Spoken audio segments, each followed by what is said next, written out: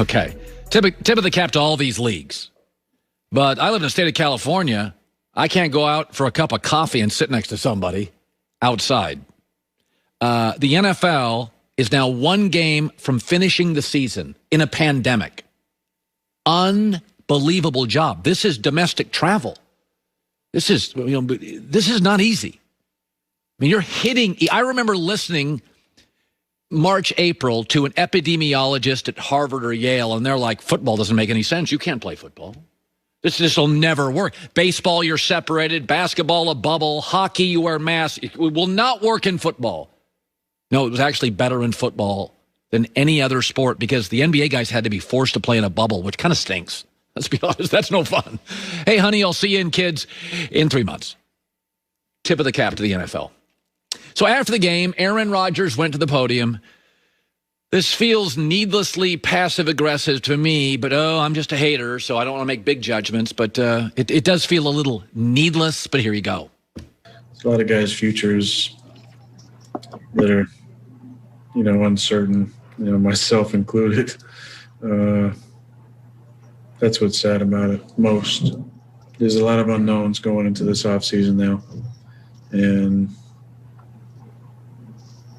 I'm going to have to take some time away for sure and clear my head and just kind of see what's going on with everything.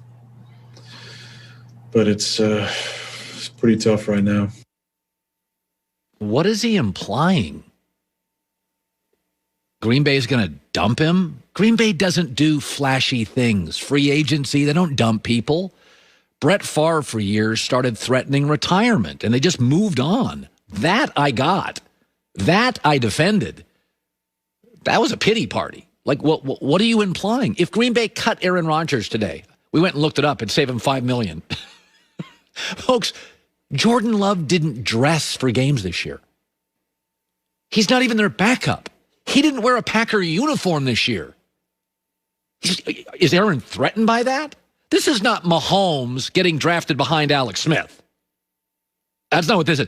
This is not Aaron Rodgers getting drafted behind Favre and tweaking Favre for years, according to reports.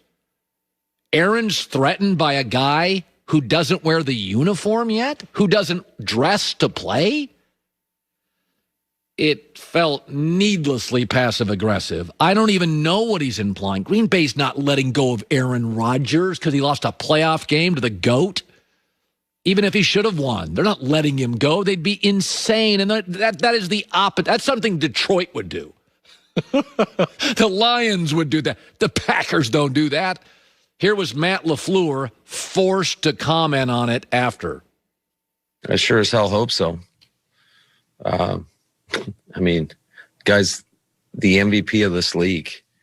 He is the heart and soul of our football team. So, hell yeah, he better be back here. He's our leader. And, just so appreciative of him buying into what we're trying to get done around here and leading that group. Matt LaFleur had to clean up the mess. Has Brady, in one example, 22 years, gone to a podium after a loss and done a pity party? Difference between talent and leadership. Now Green Bay has to clean up a mess. You lost. It hurts. It stinks. I get it. I do. I get it. I appreciate the fact you actually went up there and talked. There's been quarterbacks that wouldn't do that. I get it. I appreciate that. It's tough. I get it. And Aaron was the only quarterback this weekend who was going to lose and get criticized because, let's be honest, at home, Lambeau, warm weather team, coming up north, progressive coach, playing great. But come on. Leadership is always viewed in crisis, not rolling the Bears. It's viewed after that loss. That's not good. Joy with the news. No. Turn on the news. This is the Herdline News. Well, the Bills got out to an early 9-0 lead over the Chiefs, but they struggled to score a touchdown again until late in the fourth quarter. They had opportunities in the red zone to go for it on 4th and goal from the 2 or 4th and 3 from the 8, but kicks field goals instead. And Sean McDermott explained why he made those decisions. thought about it in both occasions, really, and maybe, if I had to go over again, I would have went for maybe one of them. But the one before the half, for sure, I wanted to get points. We were having trouble coming up with points, and I wanted to at least have something to show for it going into half, especially knowing they were getting the ball after half. And so, I'll look back at that, and I'll go back and reevaluate that, especially the one after half there. And again, as an entire team, we'll learn from this experience. There's something called chasing points. But the problem is, when you face Kansas City, especially in Kansas City, you get forced chasing points. Like, I would agree with Sean McDermott against 30 NFL teams. But against Kansas City, it's like playing the Warriors with Kevin Durant. You shoot more threes because they're hitting theirs. Yeah. And you're down 7, 12, 18. And you do have to change your game plan and, take more difficult three-point shots because sometimes you get against one of these blizzards and it changes the way you have to play. I just don't like conservative play calling in a must-win, do-or-die situation. You and I have always agreed on that. And then you add to it, that, to your point, that you're playing the Chiefs. Field goals are not going to get it done. It's very cute. It's good for morale, but you need to score touchdowns. Like his reasoning, this is where, because I'm older than you, his reasoning is what I grew up on. Right. Before you get point, you take points. You also used to never go for it on fourth down. But it's like what's happening is the rules are all offense. Mahomes and Andy Reid in this group are ridiculous. It's at Kansas City, and you do get to a point where you are doing what you shouldn't do, which is you end up chasing points. Fortune favors the bold. And I like that. This is, I didn't come up with it, but it is a good statement. I'd take credit for it. It certainly applies to this situation.